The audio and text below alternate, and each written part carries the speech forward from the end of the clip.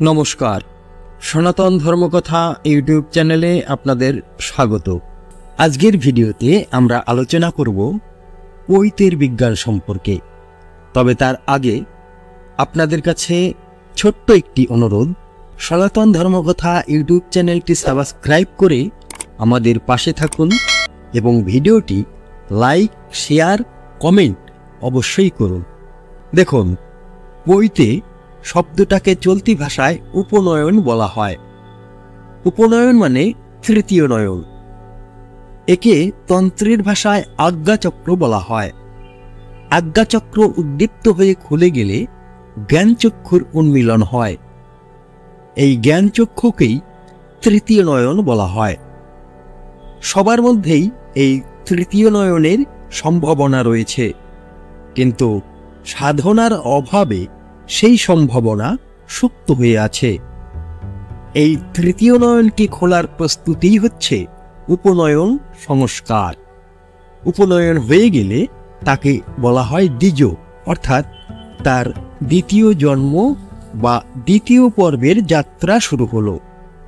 যেমন প্রথম ভাত খাওয়ার দিন অন্নপ্রাশন দেওয়া হয়, প্রথম বিদ্যাচর্চা শুরু হওয়ার সময় হাতে খড়ি দেওয়া হয়, তেমনি ব্রহ্মচর্য সাধনা বা জ্ঞানের পথে এগোনোর সূচনাকালে উপনয়ন দেওয়া হয়।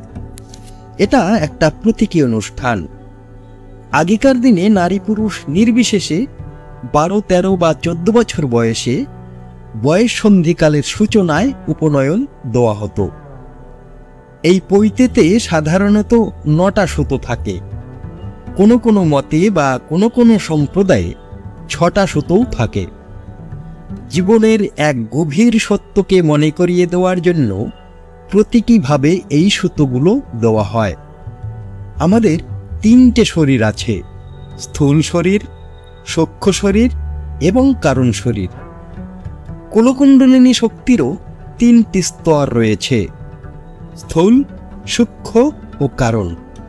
শরীরের 3 নারীর মধ্যে ইরা ও পিঙ্গলার মধ্যে সম্যতা এনে সুষুম্নাকে জাগ্রত করারও 3টি স্তর রয়েছে।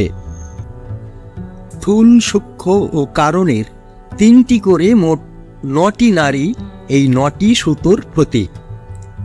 কেউ যখন পৈতে ধারণ করে, সে সর্বদা মনে রাখে যে তৃতীয় নয়ন জাগ্রত করার জন্য সে যে সাধনার পথে এগোবে তার রূপক সে অঙ্গে ধারণ করেছে।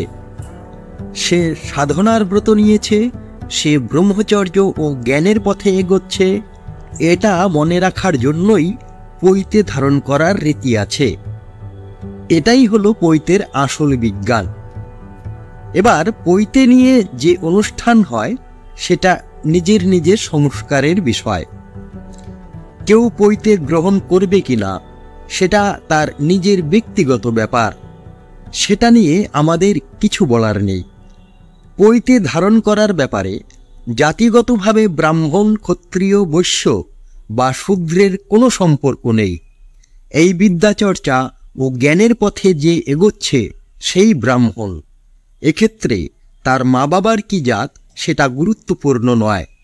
আর পৈতে ধারণ করার ব্যাপারে নারী পুরুষের কোনো ভেদও ছিল না, কারণ এখনও মা কালীকে অনেক জায়গাতে পৈতে পরানো হয়। এর